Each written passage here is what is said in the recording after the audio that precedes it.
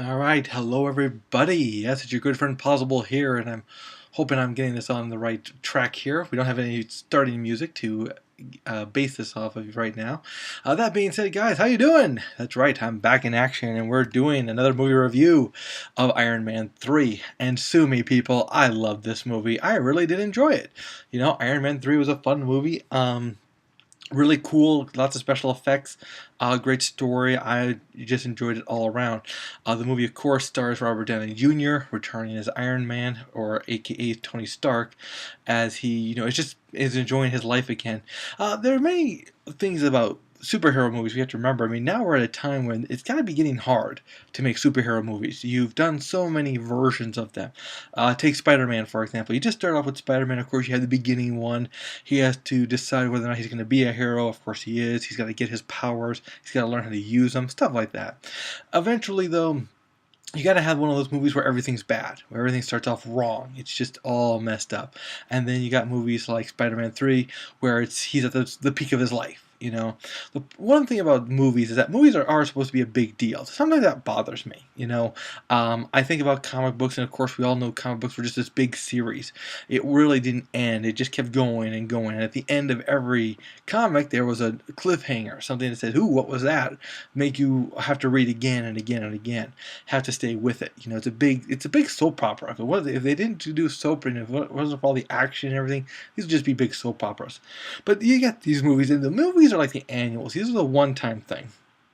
Iron Man 3 was not a trilogy. Okay, they treat it somewhat like a trilogy, but it's really not.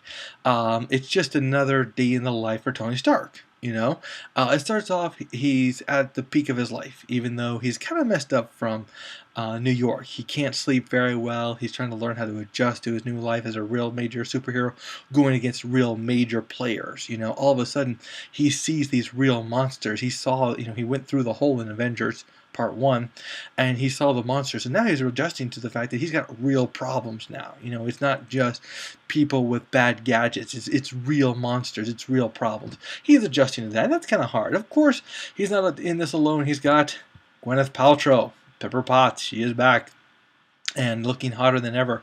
Yes, I think she deserved the Hot Woman Award. It's just an award for a hot woman. We got lots of hot women. Is she the hottest ever? Well, sure, for right now, I'll give it to her. I love Gwyneth Paltrow. That said, she comes back as Pepper Potts, and yes, she's pissed. That's not till the end. A great scene, by the way. Great ending, in my opinion, but that's just me.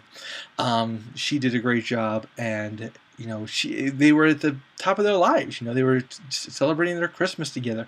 This does take place during the Christmas season. This is their big problem. The Mandarin, played by Ben Kingsley. I don't know why I don't know why I have a brain fart on this. Okay, sorry about that. It's starring this guy. Now, here's the funny part about Iron Man 3, and this is one of the reasons why I think I liked it better than most people.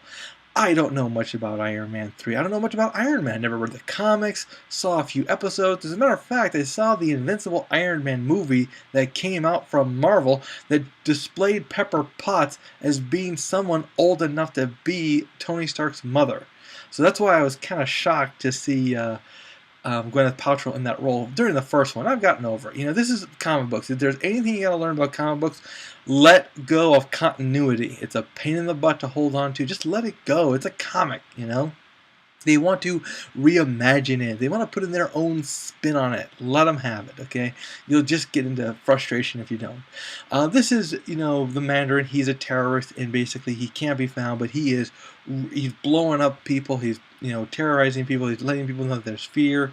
And this is bad guy number 1. Bad guy number 2, Guy Pearce, Aldrich Killian, who I think also has some sort of past history with Iron Man and stuff like that.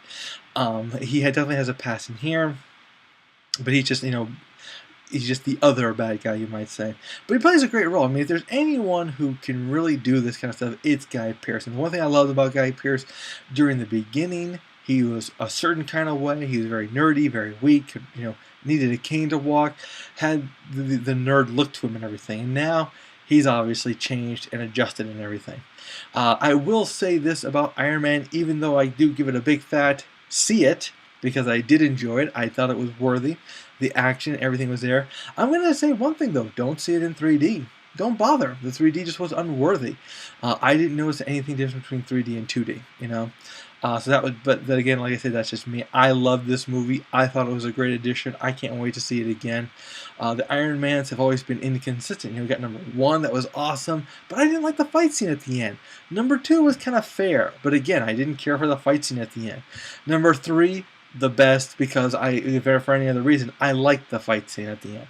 The movie was slow at first. They did have some downtime, setting up the story and everything, but that was okay. It all paid off in the end. I enjoyed it, and I think you will too.